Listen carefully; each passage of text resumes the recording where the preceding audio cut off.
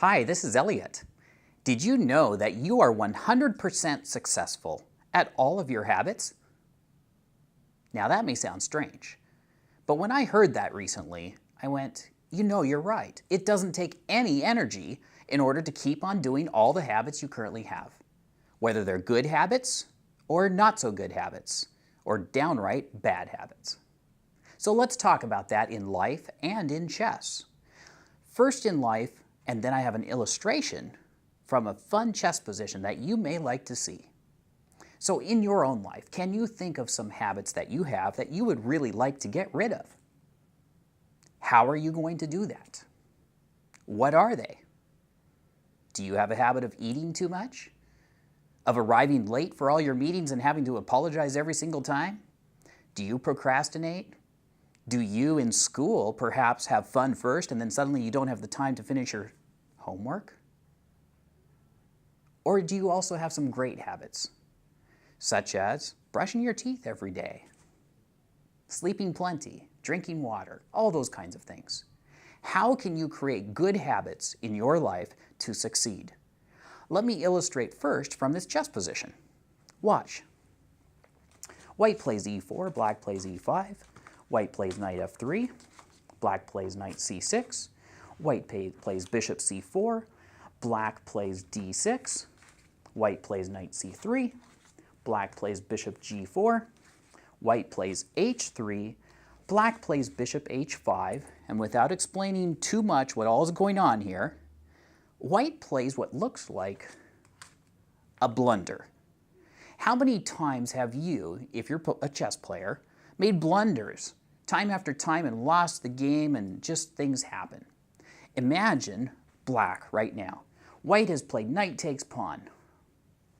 And as he looks carefully, he suddenly sees that while the knight could be captured, look, white has made a blunder, it appears, and black could take the queen. But who really blundered? Did white blunder or did black blunder? In this position, white responds with bishop takes pawn check, protected by the knight. The king is forced forward, and knight d5 is checkmate. Suddenly, black is checkmated. So would you say that black blundered? It could be. And if you looked back in the position where white took this pawn on e5 and black snapped off white's queen, maybe black should have just taken the knight. But taking the knight this way, then white could have taken the bishop. And white has won a pawn. So maybe white's move was a great move, but maybe it was a blunder after all. What if the knight took this knight? Then when the queen takes the bishop, the knight captures this bishop. And black has won material. Black took two of white's pieces, whereas white took only a bishop and a pawn. But wait, there's one more move. Queen check, forking the knight and the king. And when the pawn blocks, the queen takes knight. And at the end, we see white has actually played a brilliant move, knight takes pawn. Black's move, taking the queen, was a blunder that cost him the game. Black moved quickly instead of realizing what white was doing. How could black in future, let's say you were the black player here, suppose this happens in your games. You see what appears to be a great move, and yet you follow it up and lose. Well, let's think about it. Maybe you think the habit is making blunders. Actually, no. The consequences of a habit is the blunder and therefore losing the game. Let's back it up a little bit. What is the habit that causes the blunder? Perhaps you say, well, I moved too fast. Maybe you're right. But if we just slowed down and took more time, but if we're not thinking more about the position, that's not going to truly help. Yes, taking more time is important, but what are you going to use the time for?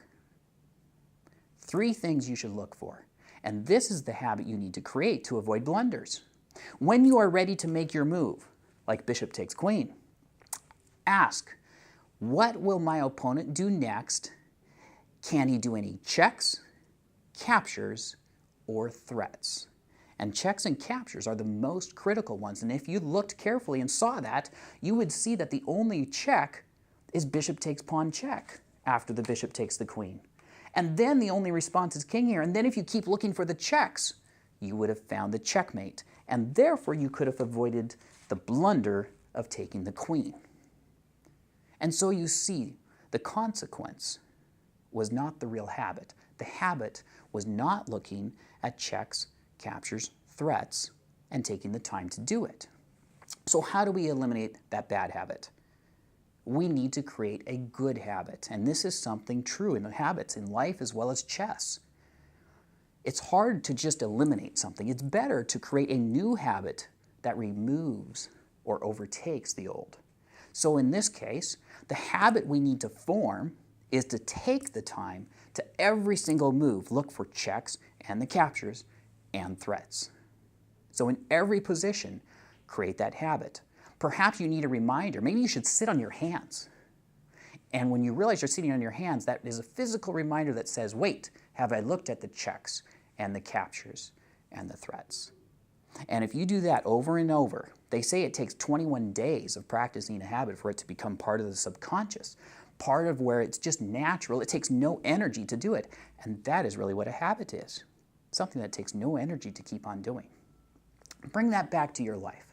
If you have a habit of procrastinating, always arriving late, instead of trying to stop doing that, why don't you just set a new habit which says, anytime I have an appointment for a certain time or have to be somewhere, I'm going to create a habit of getting there 10 minutes before. And I plan everything for that, and I've even got a book I'm going to read for 5 or 10 minutes.